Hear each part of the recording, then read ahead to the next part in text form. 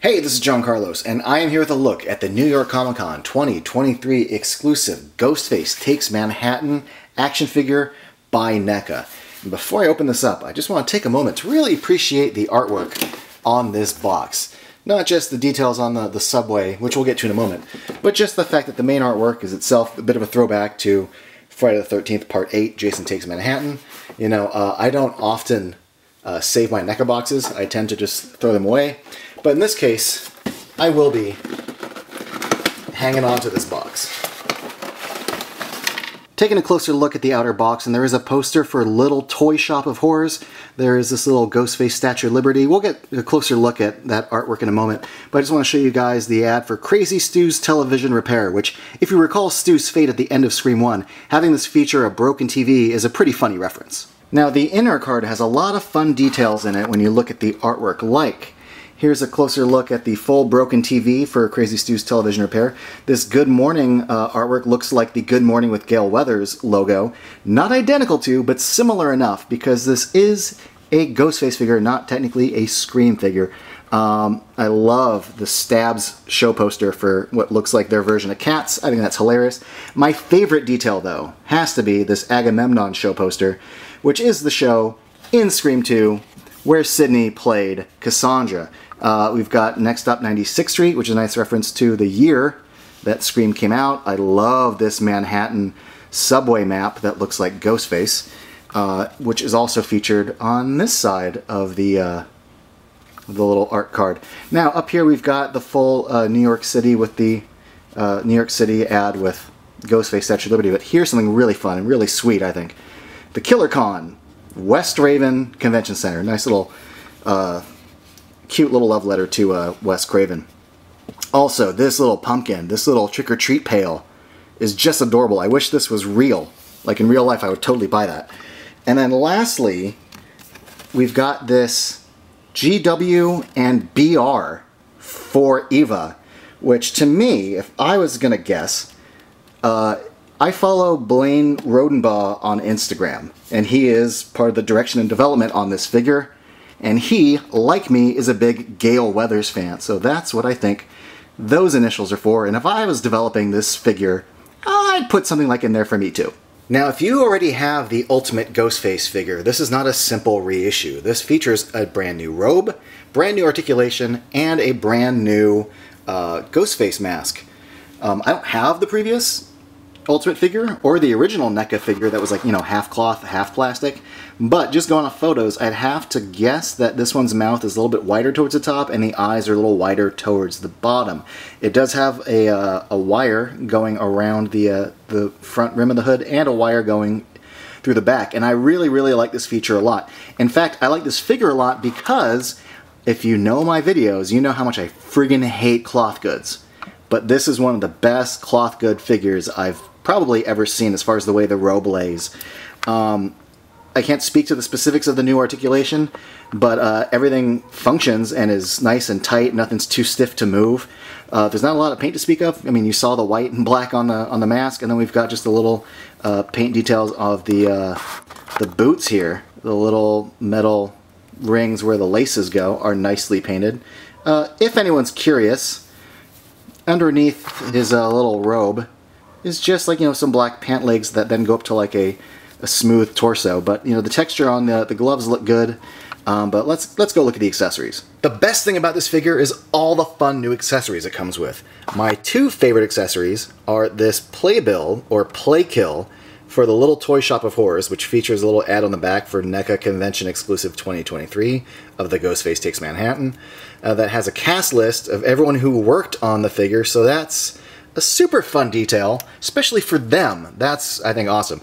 And then my other favorite is this little souvenir NYC Ghostface Statue of Liberty. I just adore this. Honestly, as a Ghostface figure and as something that reflects Scream VI, which is something I wanted already, cool. But the fact that it has these exclusive New York-y bonuses to me that aren't even featured in the movie, they're just funny. I love that. Here we have the aged mask, which will be different from the upcoming Ultimate Ghostface. This is a different aged mask, but I do like this aged mask quite a bit. We have the kind of glow-in-the-dark mask. We have the bloody mask, the bleeding mask, and I think the red paint on that looks excellent.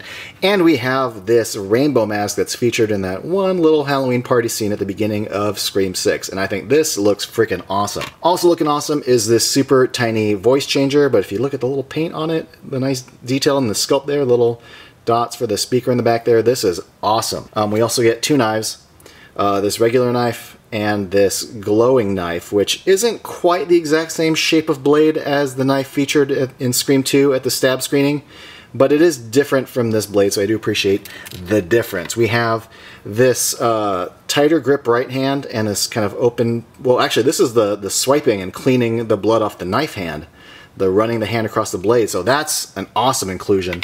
And then we have three grip hands for the left hand, this kind of semi-tight grip, a little two-finger grip, and then this wider grip that you can put the voice changer in. It just fits in like kind of perfectly like that, and I think it looks great! The masks switch out pretty easily. You just have to kind of pry one Ghostface mask off. There's two prongs and two holes that just sort of plug in, and then you flip the hood back over, and there you go. I friggin' love Scream 2, especially the opening scene at the stab screening, so I'm definitely a big fan of them including this knife and this Ghostface mask. And yes, the knife and mask do glow in the dark.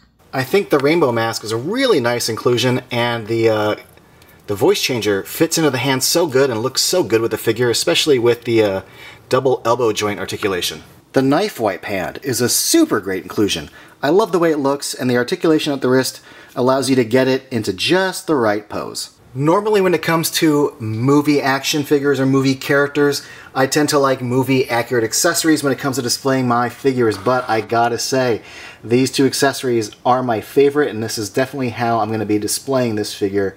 I just absolutely love the accessories. I think they're super fun, and it makes this figure really unique. One of my favorite things about this figure is that it comes with so many accessories. You have so many options for how to display it. Like, obviously I'm going to be displaying this figure with the New York accessories.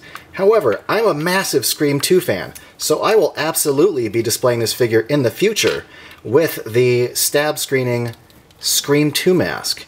If you were so inclined, you could totally put this rainbow mask on during Pride Month.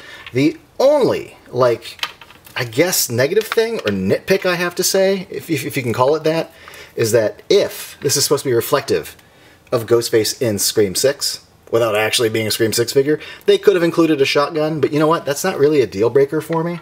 The only other issue I have is that where the figure was kind of being held in the packaging by the little plastic going across has left a wrinkle right at the waistline. But that's not really a problem I have with this figure so much as I have a problem with cloth good figures in general.